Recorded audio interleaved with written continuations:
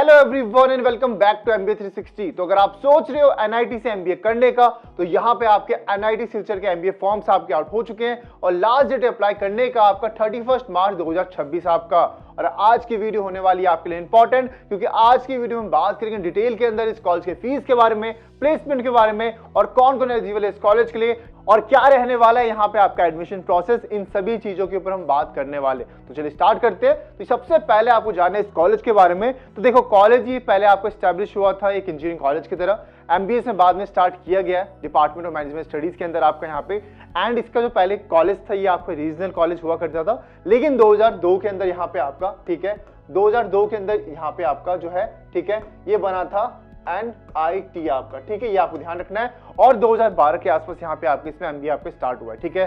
तो ये तो हमने बात कर ली इस कॉलेज के बारे में। इंपॉर्टेंट डेट्स में जैसे कि मैंने बात करी इसकी लास्ट डेट अप्लाई करने की, यहाँ पे आपकी 31 मार्च 2026 आपका।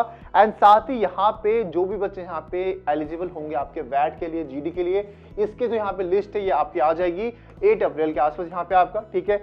सारी डेट यहाँ पे आपकी टेंटेटिव होने वाली है। कुछ भी अगर चेंजेस होते हैं तो यहाँ पे मैं आपको अपडेट दे दूंगा, तो उसके लिए आप इस चैनल को सब्सक्राइब कर सकते हो, ठीक है। अब इसके बाद जो यहाँ पे रिपोर्ट करना होगा कैंडिडेट्स को आपको यहाँ पे, ये होगा यहाँ पे आपको 27 से लेकर 30 अप्रैल के बीच में, ठीक है।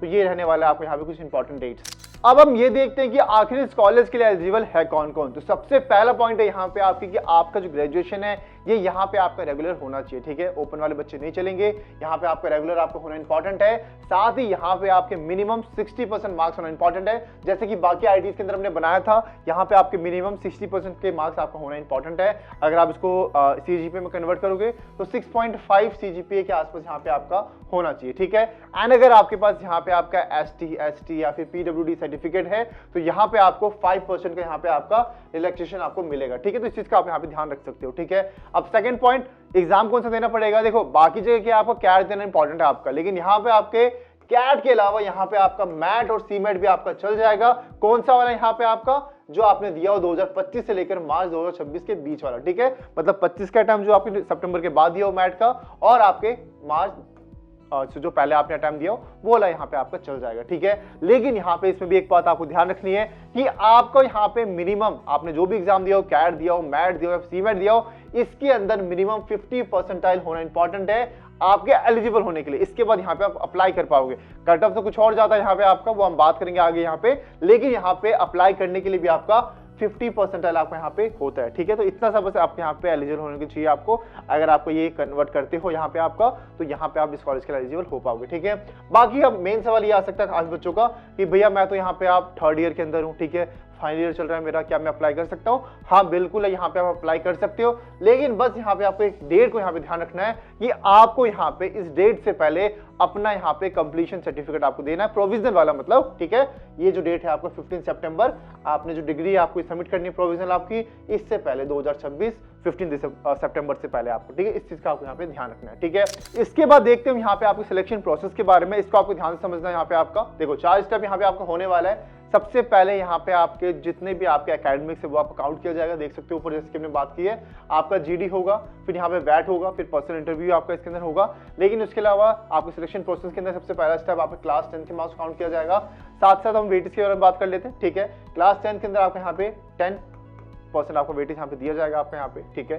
उसके बाद जब बात करें क्लास 12 की, तो उसके लिए भी आपको यहाँ पे 10 मिलने वाला है। इसके बाद जब बात करेंगे आपके यहाँ पे एंट्रेंस एग्जाम, जो कि आपने कैट दिया हो या मैट दिया हो या सीमेट दिया हो, इसका जो यहाँ पे वेटेज होने वाले हैं आप देख सकते हो, ठीक है। ये होने वाला है आपका यहाँ पे 50% आपको, ठीक है। इसको आपको ध्यान रखना है। इसके अलावा क्या बच गया आपका, जीडी बच गया, वैट बच गया, ठीक है, और जो आपका पर्सनल इंटरव्यू बच गया, इसका यहाँ पे वेटेज होने वाला है आपको 30% यहाँ पे। तो देख सकते हो यहाँ पे आपका 100% वेटेज यहाँ पे आपका कवर हो गया। 10% आपका क्लास 10, 10% आपका क्लास 12, और इसके बाद आपने यहाँ पे जो एग्जाम दिया उसका 50%, एंड इसके बाद यहाँ पे आपका जीडी, पीआई और यहाँ पे आपका जो वैट है इसका यहाँ पे 30%। टोटल यहाँ पे आपका 100% वेटेज हो चुका है। तो यहाँ पे आपने देखा कि यहाँ पे अगर आपके ग्रेजुएशन में अच्छे मार्क्स नहीं है तो यहाँ पे उसका वेटेज काउंट नहीं होता है, तो ये आपके लिए अच्छी बात हो सकती है, ठीक है। तो इसको यहाँ पे आप स्क्रीनशॉट ले सकते हो। अब बात करते हैं इस कॉलेज के सीट्स के बारे में। तो यहाँ पे सबसे पहले हम देखने वाले हैं यहाँ पे आपके कैटेगरी वाइज सीट्स के बारे में। तो सबसे पहले बात करते हैं आपके ओपन कैटेगरी के बारे में। तो यहाँ पे आपकी सीट्स होने वाली 28 यहाँ पे। वहीं देखेंगे आपको यहाँ पे आपके ओबीसी, तो इसके लिए आपको मिलने वाला 20 सीट्स यहाँ पे। एससी का सीट्स होने वाला है 11 यहाँ पे। एसटी की जब बात करेंगे तो मिलने वाला है यहाँ पे 6 सीट्स आपको। ईडब्ल्यूएस के लिए यहाँ पे आपका 8 सीट्स।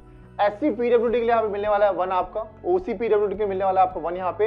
यानी कि जो आपकी टोटल सीट्स यहाँ पे होने वाली है टोटल जो आपका बैच साइज होने वाला है यहाँ पे आपका ये रहने वाला है आपका 75 नंबर आपको यहाँ पे, ठीक है। तो इसको आपको ध्यान रखना है। एंड यहाँ पे आपकी जितने भी कैटेगरीज की मैंने बात करी ये आपकी टोटल यहाँ पे होने वाली है। तो ये तो हमने बात कर ली यहाँ पे आपके सीट्स के बारे में। अब देखते हैं इस कॉलेज की फीस के बारे में, ठीक है। अब यहाँ पे जब आप उसको कंपेयर करोगे बाकी IIM से और बेबी IIM से, तो इसकी जो फीस होने वाली है भी आपकी बहुत ज्यादा कम होने वाली है यहाँ पे। तो इसको आप यहाँ पे लो फीस MBA कॉलेज के अंदर आप यहाँ पे रख सकते हो, ठीक है। तो बात करते हैं जो पहले सेमेस्टर के, देखो ये दो चीज होने वाली है यहाँ पे आपकी, एक आपकी फीस विद हॉस्टल अगर आप हॉस्टल लेना चाहते हो, और एक फीस विदाउट हॉस्टल यहाँ पे अगर आप जो विदाउट हॉस्टल यहाँ पे लेना चाहते हो, ठीक है। तो सबसे पहले बात करते हैं फर्स्ट सेमेस्टर फीस की, ठीक है। तो फर्स्ट सेमेस्टर के अंदर जो आपकी फीस होने वाली है विदाउट हॉस्टल यहाँ पे ये रहने वाली है आपकी 1,02,870 आपका। एंड अगर आप यहाँ पे लेते हो विद हॉस्टल एंड मेस यहाँ पे, तो इसके लिए होने वाली है आपकी 1,17,000 यहाँ पे आपका, ठीक है। ज्यादा डिफरेंस नहीं है, कुछ यहाँ पे 15,000 का डिफरेंस आपको रहने वाला है, ठीक है। अब यहाँ पे जब बात करोगे सेकंड सेमेस्टर की, तो फीस यहाँ पे आपकी कम हो चुकी है, ठीक है। एंड हम यहाँ पे चारों सेमेस्टर की बात करेंगे, तो ये आपको ध्यान रखना है। सेकंड सेमेस्टर के अंदर जो आपकी फीस होने वाली है आपकी विदाउट हॉस्टल ये रहने वाली है आपकी 45,370 आपका। एंड यहाँ पे अगर आप लेते भी हो हॉस्टल तो यहाँ पे आपकी 5,000 के आसपास आपकी इंक्रीज होगी, आपकी यहाँ पे 48,500 आपको रहने वाला है। सेम आपका थर्ड सेमेस्टर के अंदर आपकी लगभग सेम है यहाँ पे। एंड फोर्थ सेमेस्टर भी आपकी सेम फीस यहाँ पे आपकी रहने वाली है। एंड अगर यहाँ पे आप लेते हो विद हॉस्टल एंड मेस यहाँ पे, तो सेम फीस यहाँ पे आपकी रहने वाली है, यानी कि 48,500 तीनों सेमेस्टर में आपकी फीस रहने वाली है, ठीक है। तो आप इसको कंपेयर कर सकते हो कि आप यहाँ पे 3 लाख से कम में भी यहाँ पे आपकी MBA हो जाएगी। 2 साल की हम बात कर रहे हैं, तो 3 लाख से कम यहाँ पे फीस होने वाली है। और अब आगे देखते हैं इसके प्लेसमेंट के बारे में, ठीक है। अब इसको आप जब देखोगे ना, बेबी IIM की फीस कितनी होती है आपकी, स्टार्ट ही होती है वो 15 यहाँ पे लाख से ऊपर की आप यहाँ पे। एंड इसको आप कंपेयर करोगे IIT से भी, तो IIT से भी यहाँ पे कम फीस आपकी होने वाली है। IIT के अंदर भी जो आपकी एवरेज फीस थी वो 8 से लेकर 10 लाख के बीच में थी यहाँ पे आपकी। तो इसको आप अगर आप फीस को लेकर MBA नहीं करना चाहते तो इस कॉलेज को आप यहाँ पे रख सकते हो। आगे आने वाले वीडियोस के अंदर हम और भी NITs को यहाँ पे कवर करेंगे और डिटेल में, साथ ही हम बात करेंगे प्लेसमेंट के बारे में भी, क्योंकि प्लेसमेंट एक बहुत बड़ा फैक्टर होता है किसी भी कॉलेज में एडमिशन लेने के लिए। तो हम उसको भी अच्छे से देखने वाले हैं, ठीक है। अब यहाँ पे हम बात करने वाले हैं आपके प्लेसमेंट के बारे में, और जो भी प्लेसमेंट रिपोर्ट है इनके ऑफिशियल जो हमने ब्राउचर वहां से उठा रखा है, तो आप इस पर ट्रस्ट कर सकते हो, ठीक है। एंड सब स्टार्ट करते हैं यहाँ पे, ठीक है। ये सारी कंपनीज जो यहाँ पे आई थी आपके प्लेसमेंट के लिए। अब यहाँ पे जो स्टैट से पहले वो देखते हैं, ठीक है। अब ये जो हमने प्लेसमेंट लिया 23 से 25 का हमने लिया प्लेसमेंट, ठीक है। एंड यहाँ पे आप देख सकते हो कि जो आपका बैच साइज बताया गया प्लेसमेंट के अंदर, ये बताया गया आपका यहाँ पे 50 स्टूडेंट्स का, ठीक है। टोटल जॉब ऑफर जो दिए गए हैं ये आपकी 40+ यहाँ पे दिए गए, ठीक है। हाईएस्ट पैकेज जो इस कॉलेज के हिसाब से बताया गया आपको यहाँ पे, ये बताया गया है यहाँ पे आपका 12 LPA का। एंड जो यहाँ पे आपका एवरेज पैकेज बताया गया है ये बताया गया है यहाँ पे आपका 7.5 LPA का, ठीक है।